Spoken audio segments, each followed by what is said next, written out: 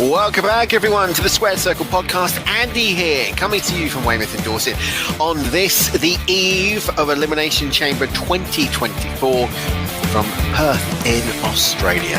Coming up on the show this week, we're going to be talking all about the Elimination Chamber, plus we're going to be giving you the latest news of the week. Now, if you want to get in contact with us, you can do. It is very, very straightforward.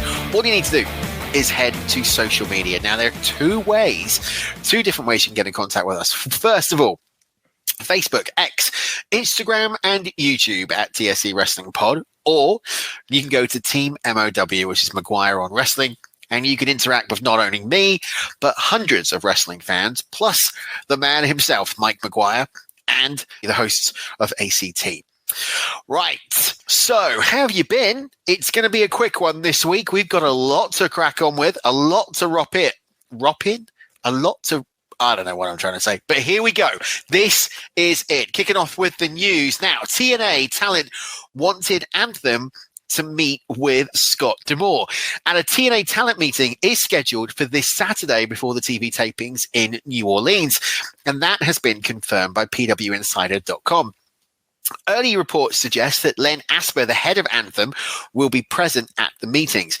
Now, last week on all of the shows, we talked about a leaked letter from the TNA roster requesting that Anthem meet with Scott D'Amore to resolve those issues. However, it appears there won't be a meeting with D'Amore. Instead, Anthem will meet purely with the talents on Saturday. Now, that does put them in a bit of a precarious situation.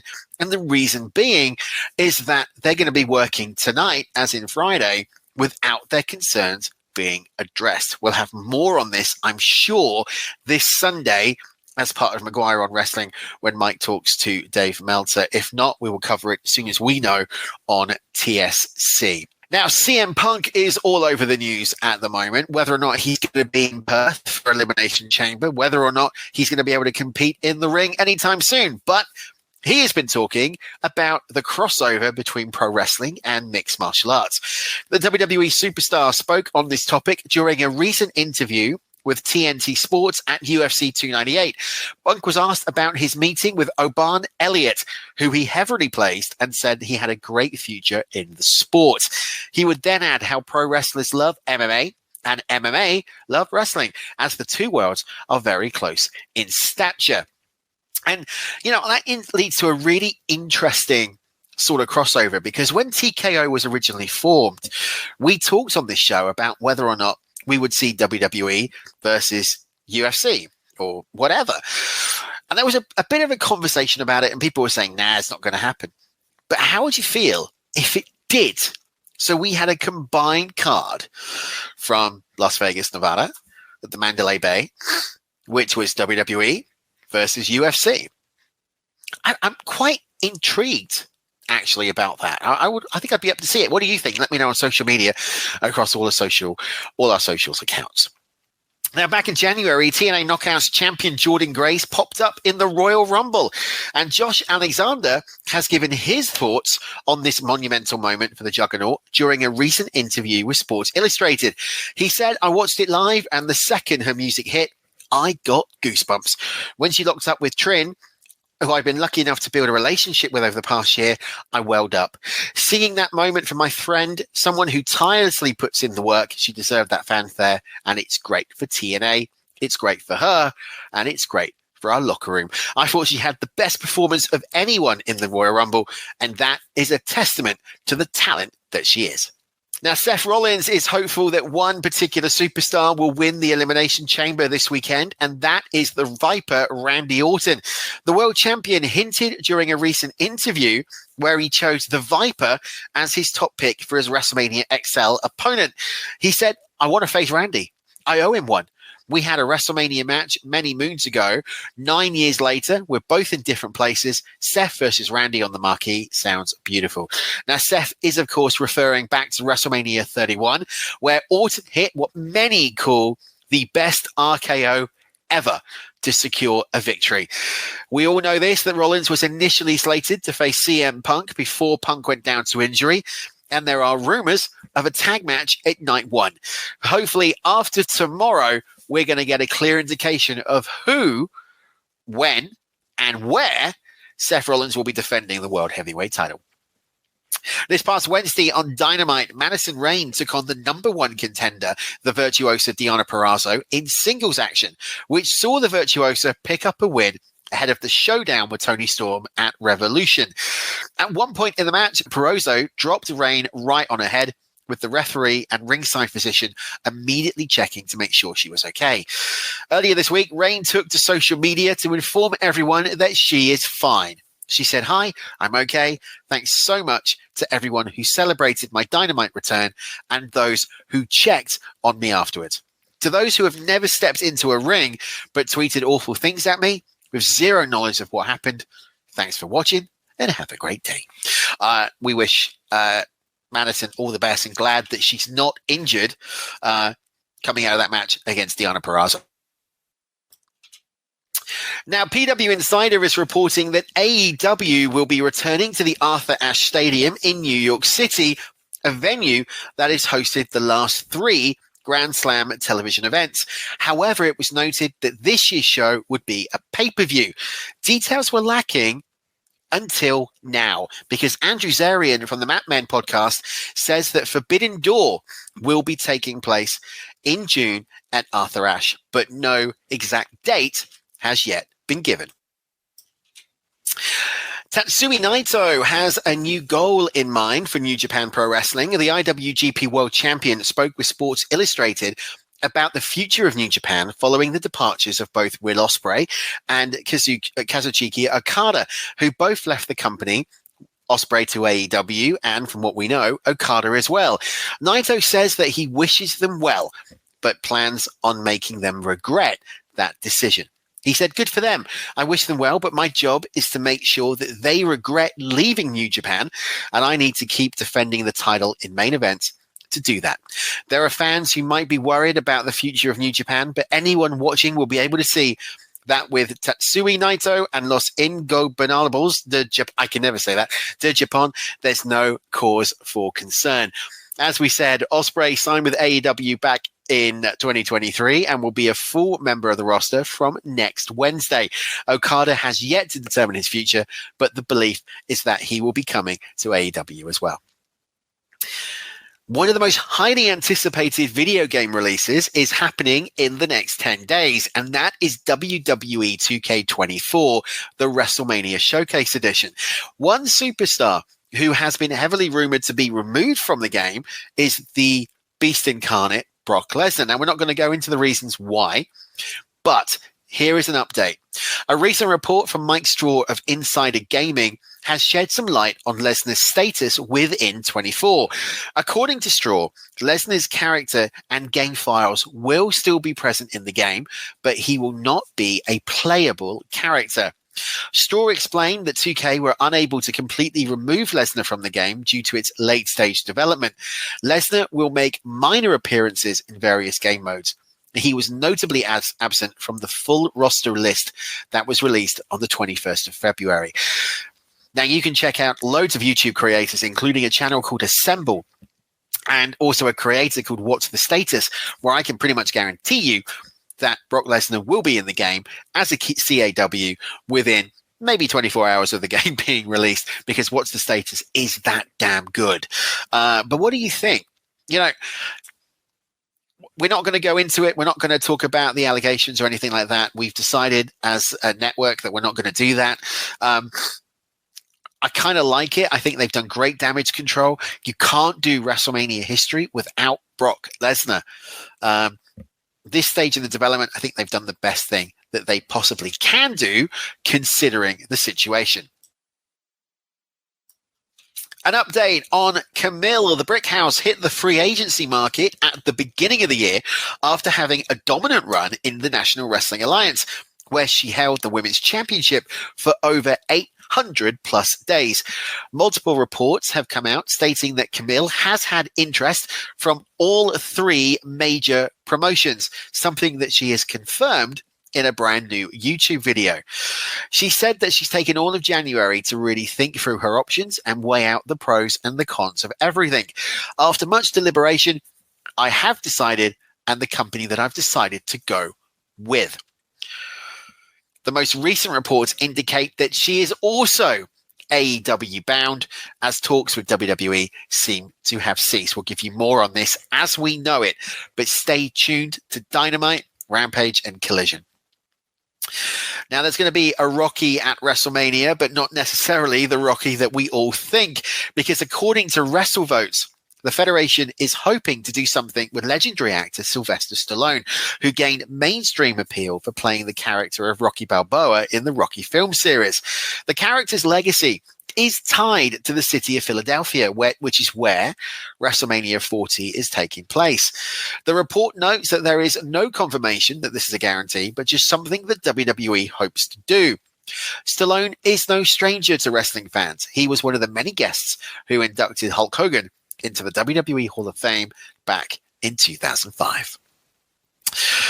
Bobby Roode has given an update, speaking with Chris Van Vliet on his podcast, stating that he actually can wrestle if he wanted to. He said that he's been green lighted. He is medically cleared. His fusion has completely fused. So as far as looking at it from a medical point of view, it's safe to get back into the ring. However, he also goes on to say that he is 48 years old. He's lost a lot of body shape. And he's doing what he wanted to do, being a producer. So don't expect to see him back in the ring anytime soon. A biographical film regarding the Nature Boy Ric Flair is in the works. The Wrap is reporting that The Rock, that name again, production company Seven Bucks Productions, is developing the story about the Nature Boy and his historic pro wrestling career. Rocky, along with Danny Garcia, Hiram Garcia, and Kevin Misha of Misha Films, are all involved with the project. This was the same team that collaborated on the Fighting with My Family movie, a film based on the life of Saraya. In the statement to The Wrap, The Rock said the following about the film and about the Nature Boy Ric Flair. As a kid who grew up in professional wrestling, I idolized the Nature Boy. He was a hero to me. And once I broke into the wrestling business and began to spill my own sweat and blood, my reverence for Rick turned to respect, because I realized just how rare and impossible it is to disrupt the business, culture, and truly change the game. And that's exactly what Ric Flair did. This project is personal, and we can't wait to tell his unbelievable story. As always, thank you for the house, Rick. Flair has had one of the most illustrious careers within professional wrestling, a recognized former 16-time world heavyweight champion. He is currently signed with All Elite, where he has appeared alongside Sting, who is scheduled to have his last match at Revolution. But what side is he going to be in? Is it going to be the Young Bucks, or is it going to be Sting? Now, here was an update on the grizzled young veterans. Now, James Drake and Zach Gibson, our own, the UK's own, have competed in multiple dates for TNA since being released from WWE. Many people assumed that they had signed with the promotion, but that is not the case. And the former NXT UK Tag Team Champions are still free agents and working independently, according to Fightful Select. Drake and Gibson did tell Fightful they won't rule out a contract with someone soon, whether that be TNA, AEW, or even back with the WWE. The GYV worked as the dyad in their final WWE days, and they will challenge ABC, which is Ace Austin and Chris Bay, for the TNA World Tag Team titles at this weekend's No Surrender pay-per-view. We'll give you coverage of that next week on the show. Now, that's this week in the news. Some big things happening there, all of which are potentially having an impact to WrestleMania, Revolution, and to tomorrow night's Elimination Chamber. Right.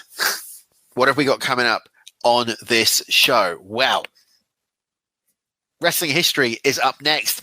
Going to be a different format this time because Wrestling History, so much has happened in the years that have gone by. So let's kick it off, shall we?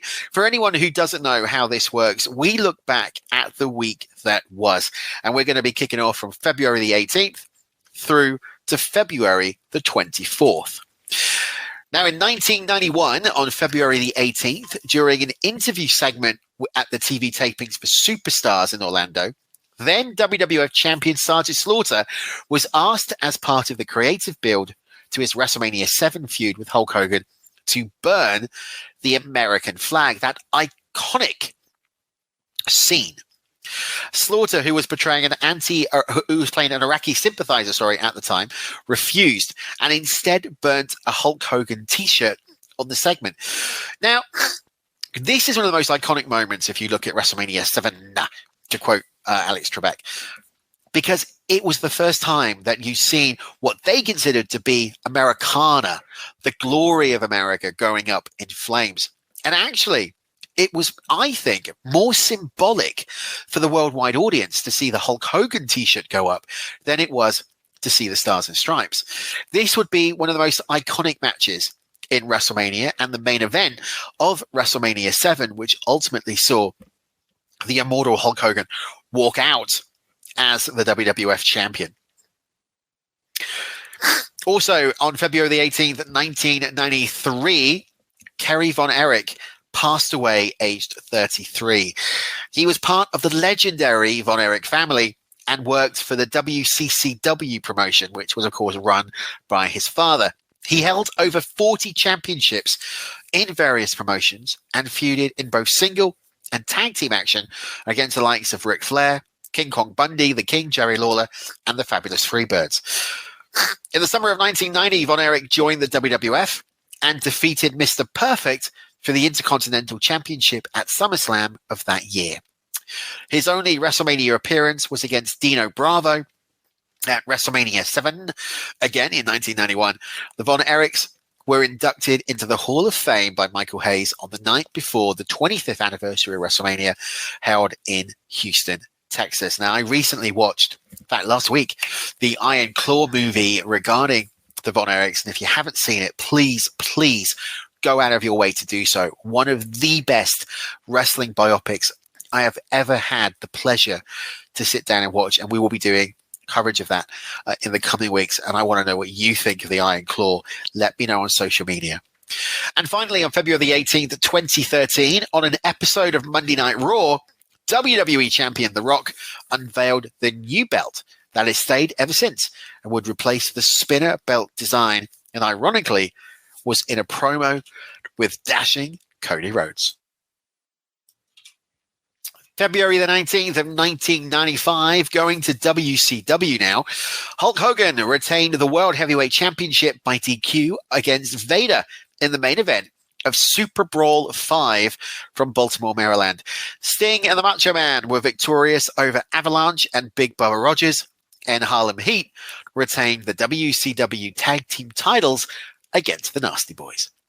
And in 2012, both Daniel Bryan and CM Punk retained the WWE and World Heavyweight Championships in the two featured Elimination Chamber matches that took place in Milwaukee, Wisconsin at Elimination Chamber 2012.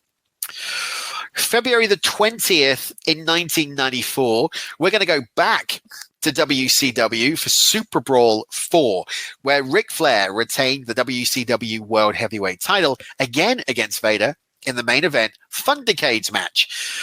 Brian Pillman, Sting, and the Natural Dustin Rhodes were victorious over Paul Orndorff, ravishing Rick Rude, and stunning Steve Austin in a six-man Thundercades match. Cactus Jack and Max Payne picked up a disqualification win over the World Tag Team Champions Knobs and Sags and Nasty Boys, and our very own Lord Steven Regal retained the WCW World Television title by pinfall against the Enforcer AA Arn Anderson.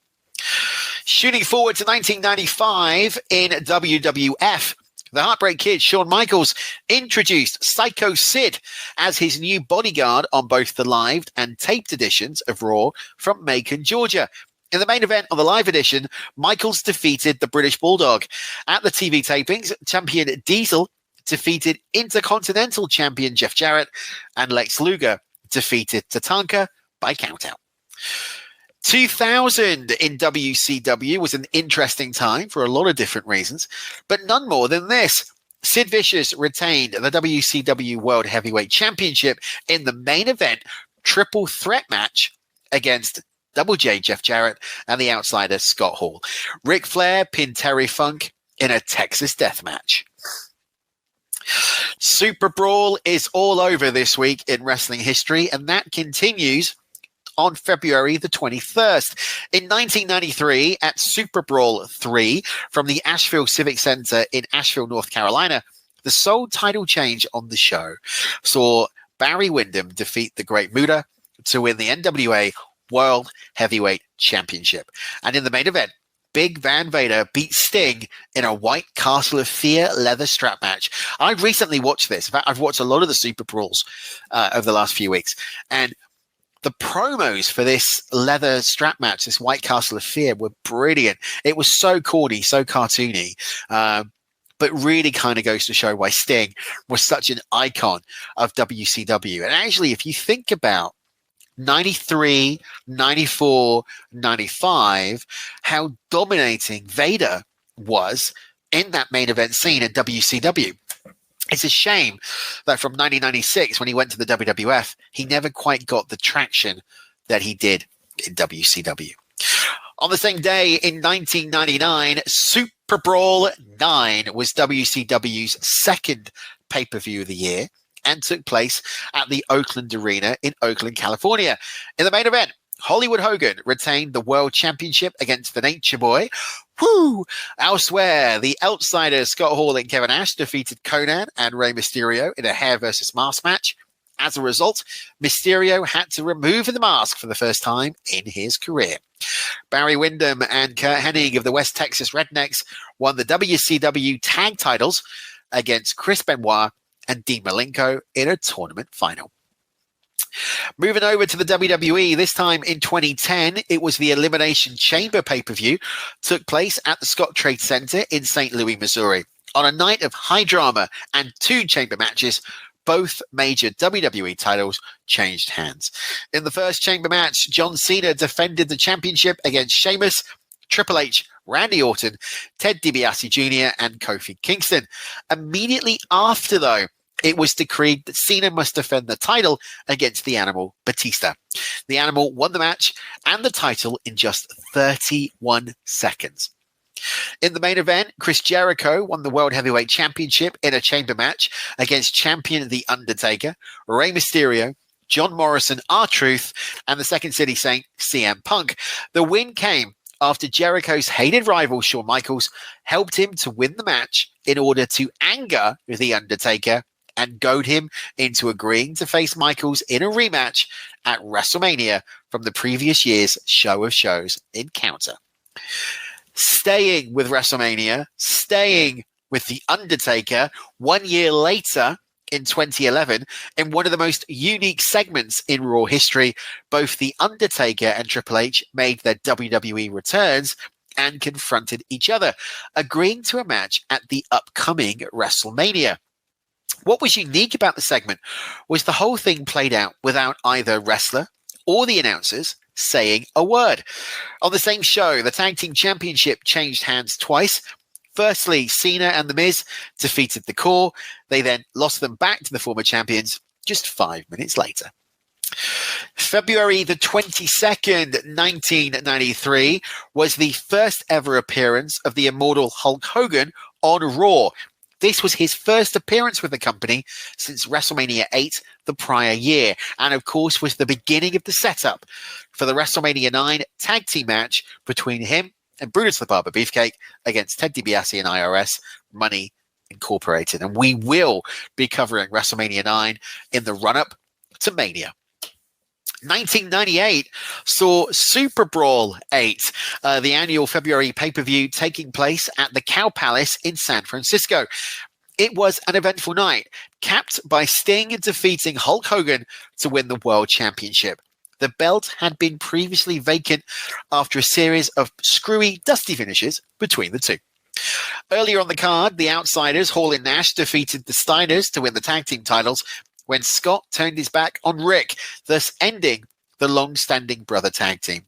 Booker T beat Rick Martel for the television title, and Chris Jericho, the Cruiserweight champion, won a mask versus title match against Juventud Guerrera, which meant the luchador was forced to unmask. In 2016, on an episode of Raw in Detroit, Shane McMahon returned to the WWF for the first time since 2009. The return was met with a huge ovation, with Shane coming back, kayfabe, to take control of the WWE. The segment ended with Shane being offered control and possession of a lockbox if he could beat The Undertaker in a Hell in a Cell match at WrestleMania of that year. February the 23rd, 1997 saw Super Brawl 7 take place at the Cow Palace, which featured WCW World Championship match Hollywood Hogan defend against Rowdy Roddy Piper. Earlier on in the card, Lex Luger and the Giant won the WCW titles from the Outsiders. It's also an iconic date for this reason. In 2002, as Ring of Honor was first born, when it hosted its first ever event at the Murphy Recreation Center in Philadelphia, Pennsylvania. The first main event saw Low-Ki defeat the Fallen Angel Christopher Daniels and the American Dragon Bryan Danielson in a triple threat. 1 year later, in 2003, WWE No Way Out took place at the Bell Center in Montreal, Quebec. The main event saw a rematch from WrestleMania X8, with The Rock defeating Hulk Hogan with yet another homage to the Montreal Screwjob. Also on the card, Steve Austin had his first WWE match since walking out of the company when he defeated Eric Bischoff in a short match. Matt Hardy also beat Billy Kidman for the WWE Cruiserweight Championship. February the 24th, 1991, you will be pleased to know, is not Super Brawl, but it is WCW Wrestle War. Took place at the Arizona Veterans Memorial Coliseum in Phoenix, Arizona. The main event was War Games that saw the team of Larry Zbyszko and the Horsemen, well, three of them, Ric Flair, Barry Windham, and Sid Vicious, gain the victory over Sting, the Steiners, and Flying Brian. That's my Gary Michael Capetta impression. Also on the show, the Fabulous Freebirds, Michael Hayes and Jimmy Jam Garvin defeated Doom, Ron Simmons, and Butch Reed to win the WCW World Tag Team titles. In 1997, WWE taped an episode of Raw at the Manhattan Center for the very last time to that point. The show wound up as one of the most historic Raw shows of all time. LOD made their return to the WWF for the first time since SummerSlam 1992 with a win over the Headbangers. In addition, ECW invaded the show to further the ECW versus King Jerry Lawler angle and to promote the first pay-per-view, Barely Legal. The show featured 3 ECW matches. Tommy Dreamer defeated Devon Dudley, Taz beat Mikey Whipwreck, and Stevie Richards beat Little Guido, as well as appearances from Paul Heyman, the Eliminators, Sabu, the Blue Meanie, Nova, Bubba Ray Dudley, the Sandman, New Jack, and Bill Alfonso. Also of note, Ken Shamrock made his first on-camera WWE appearance as he was shown as a supposed invited guest to Raw. In a twist of irony, the next show WWE would promote in this venue would be the iconic ECW One Night Stand in 2005, their one-night-only revival of the brand that they purchased out of bankruptcy in 2001. And last but not least, 2014, the wrestling media landscape changed forever when the WWE Network officially was launched. Initially only available in the USA, the on-demand service, which famously cost $9.99 per month, featured the biggest and best wrestling programming archive in history, including every single WWE, WCW, and ECW pay-per-view, all episodes of Raw, SmackDown, and Nitro, and thousands of other shows. It also showed every new WWE Live and soon to become home to an incredible amount of original exclusive content. And of course, the network will be closing at the end of this year, with all content moving internationally to Netflix. Whew, that was a lot happened this week in wrestling history. All right, coming up next, it's the Elimination Chamber. I told you we're going at rapid speed this week. We've got a lot to get through.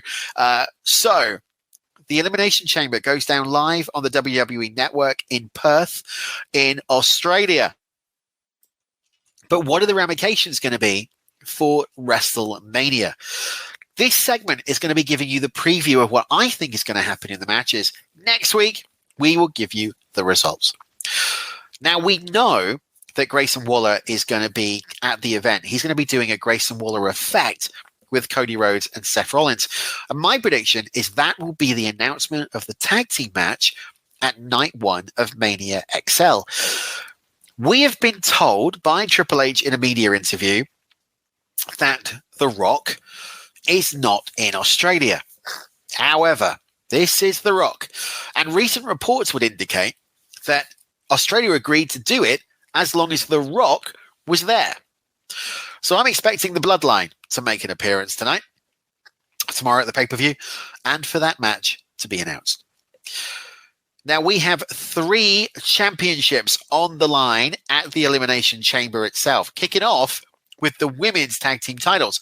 The Kabuki Warriors with Io Sky will face off against Candice LeRae and Indy Hartwell. Now, we've obviously seen the dissolution, the devolvement of Damage Control, thanks to Bayley challenging Io Sky for the women's championship at WrestleMania XL. We've seen the split. We've seen Dakota Kai choose sides. I cannot see them dropping the women's tag team titles to Candice LeRae and Indy Hartwell. So for that reason and that reason only, I'm going with the Kabuki Warriors. However, saying that, I am expecting to see Bayley at the Elimination Chamber. Not quite sure what role she will play, but I think she will be the ones to get involved. Now, whether or not that is to cost the Kabuki Warriors or to inadvertently have them retain, but I'm still going with the Kabuki Warriors. The men's tag team titles are up for grabs as the Judgment Day, Senor Money in the Bank, Damian Priest, and Finn Balor will face off against New Cats Republic, Pete Dunne and Tyler Bate. Now, as much as I am a Brit and I will support my own guys all the way, this has to go the Judgment Day. They are going to be the ones all over this pay-per-view tonight. It will be Judgment Day Central. So they will retain the tag team titles. Just like Rhea Ripley, the hometown girl, will retain the Women's World Championship against Nia Jax. They are not going to take Ripley to Australia and have her drop the Women's Championship, especially when they have been promoting this big match between Becky Lynch and Rhea Ripley. Because don't think against this. Don't bet your hedges against this. Becky Lynch is going to win the chamber, right? They are promoting it. They have kicked it off at WrestleMania kickoff event. Bianca Belair could be there talking. Liv Morgan could be there talking. This is fodder. Becky Lynch will win the chamber and face Rhea Ripley, who is going to destroy Nia Jax. And that's your night 1 main event for the women. But what about the men? Well, the men, Drew McIntyre, Randy Orton, Bobby Lashley, LA Knight, yeah, Kevin Owens, and Logan Paul. We know Seth Rollins wants it to be Randy Orton. Realistically, I think there's an argument for 2 superstars. One being the Scottish Warrior, Drew McIntyre, and the second being LA Knight. Yeah. Sorry. I have really been up and down, tossing and turning about which one I think would win this match, because there is an argument to state that both McIntyre and Knight have got the right reasons to win. McIntyre, as far as we know, still hasn't signed a contract. LA Knight, yeah, is over. And if the prediction of what we think is going to happen at WrestleMania comes out, then the WWE Championship will be coming to Raw, which means SmackDown will need the World Heavyweight title. Therefore, I'm predicting LA Knight who will then go to WrestleMania, defeat Seth Rollins, be at the top of the mountain, and have the World Championship on SmackDown. Now, let us know what you think is going to happen, and stay tuned to the Facebook page at Team MOW, because I'm sure the guys are going to be doing live commentary, live comments all the way through Elimination Chamber. ACT will be here tomorrow night on Saturday. Mike will be back on Sunday. I will be back the following week. We're all going to be talking about Elimination Chamber and what the knock-on is going to be to WrestleMania XL. Make no mistakes about it. This one has got some huge implications for WrestleMania XL. What will the Bloodline do? What will happen to Cody and Rollins? Who will Rollins be defending against at Mania? We're going to find out in Australia tomorrow morning on the WWE Network. It's the countdown, folks. It's one of the last pay-per-views to air on the network. We have only got 10 more pay-per-views to go on the WWE Network before it is closed. So get your tickets now, $9.99 or however much it is on it right now. Or if you're on Peacock in the States or whatever. This is it. Elimination Chamber tomorrow night. I want to know what you think. Let me know your thoughts. I will use them on the show. It's been a massive one. It's run not as long as we normally do. Got a lot to cover in this one, and I think we've done it. Tonight, I am going to be going to Ultimate Pro Wrestling in my hometown of Weymouth. I'm going to be seeing some action, some in-ring wrestling action.